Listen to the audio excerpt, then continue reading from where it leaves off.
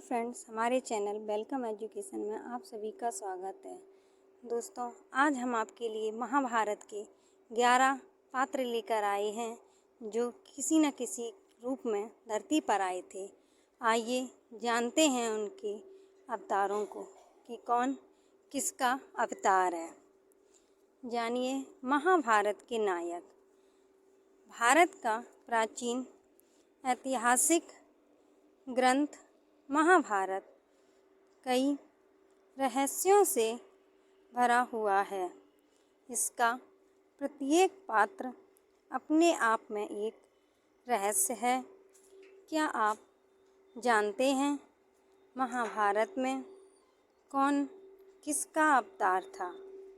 महाभारत एक बहुत ही महान युद्ध को दिखाता है जो धर्म और अधर्म के बीच में हुआ था। विजय धर्म की हुई थी। महाभारत में वैसे तो बहुत पात्र हैं, पर कुछ महान पात्र भी हैं जिन्हें महाभारत का नायक कहा जाता है। यह सभी नायक किसी न किसी परम पुरुष के अवतार थे। कोई देवता का, तो कोई गंधर्व का, तो कोई खुद भगवान ने भी अवतार लिया था। कृष्ण का अवतार लेकर इसमें भाग लिया था। आइए जानते हैं महाभारत के 10 प्रमुख किरदार और उनके अवतारों के बारे में। पहले नंबर पर आ रहे हैं कृष्ण भगवान। आइए कृष्ण भगवान के बारे में जानते हैं। 64 कला और अष्ट सिद्धियों और 9 निधियों से परिपूर्ण श्री कृष्ण को भगवान विष्णु का अवतार माना जाता है।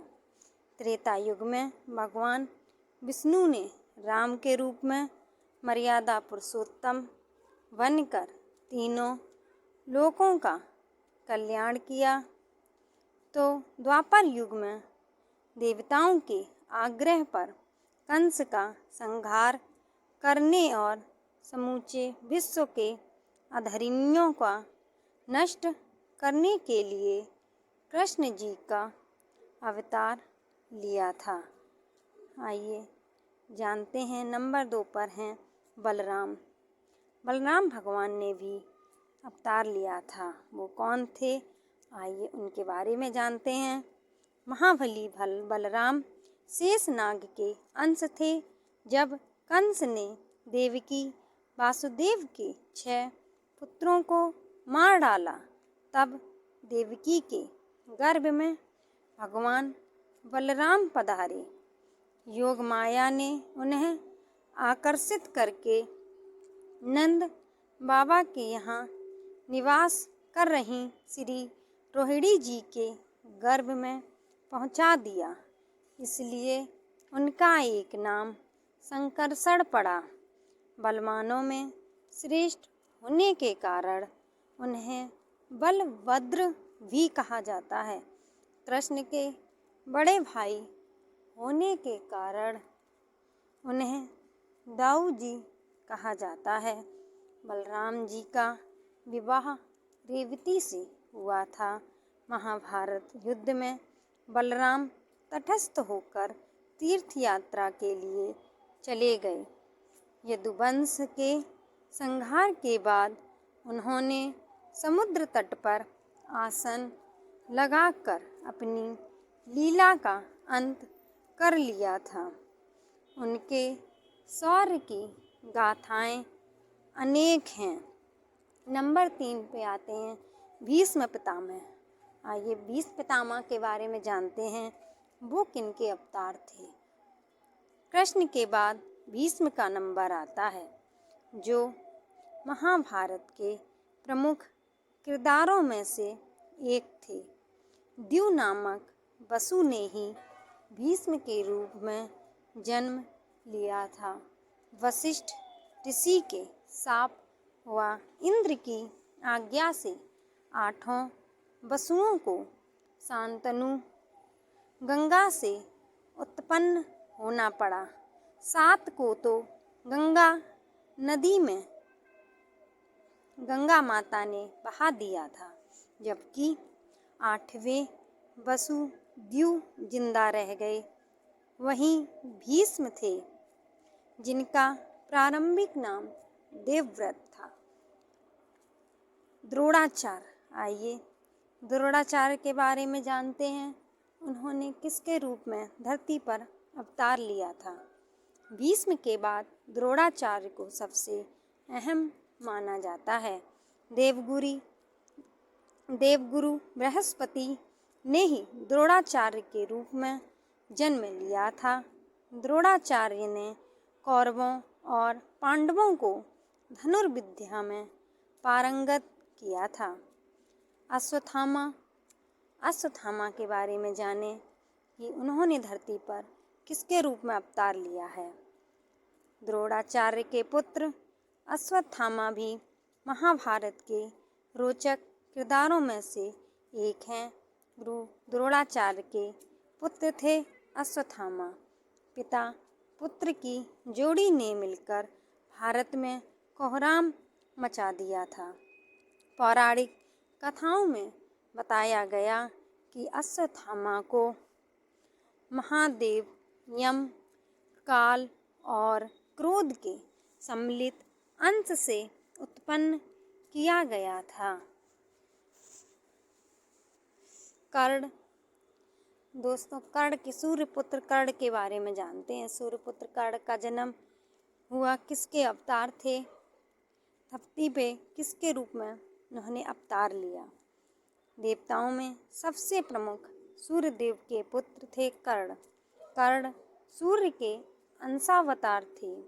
कर्ण के बारे में सभी जानते हैं कि वे सूर्य कुंती के पुत्र थे।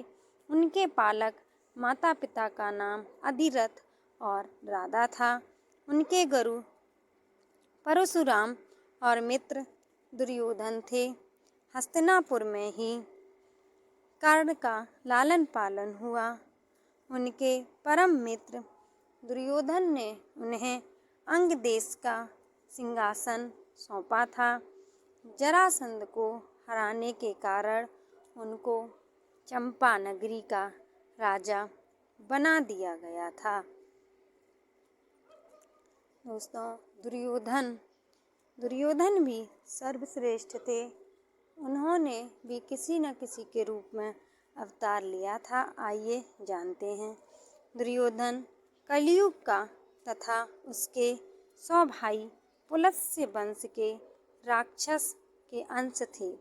दुर्योधन हस्तिनापुर के महाराज धृतराष्ट्र और गांधारी के 100 पुत्रों में सबसे बड़ा पुत्र था। वेद व्यास के वरदान से ही गांधारी के 100 पुत्रों का जन्म हुआ था।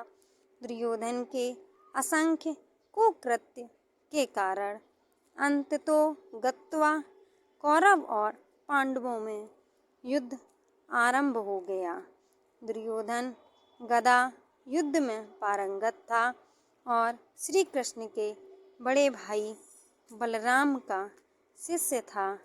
दुर्योधन ने कर्ण को अपना मित्र बनाया था। गांधारी द्वारा देखे जाने से उसका शरीर वज्र के समान हो गया था, लेकिन कृष्ण के छल के कारण उसके गुप्तांग का स्थान कठोर नहीं हो पाया, जिसके चलते महाभारत युद्ध में भीम ने दुर्योधन को उसकी जंघा से पकड़कर उसके 2 टुकड़े करके फाड़ दिया था। इस तरह दुर्योधन मारा गया था। दोस्तों अब हम जानते हैं अर्जुन के बारे में। अर्जुन ने किसके रूप में अवतार लिया था? धरती पर कौन थे अर्जुन? आइए जानें।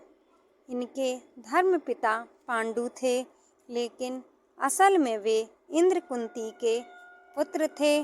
देवराज इंद्र ने अर्जुन को बचाने के लिए कर्ण के कवच और कुंडल उनसे छल द्वारा छीन लिए थे।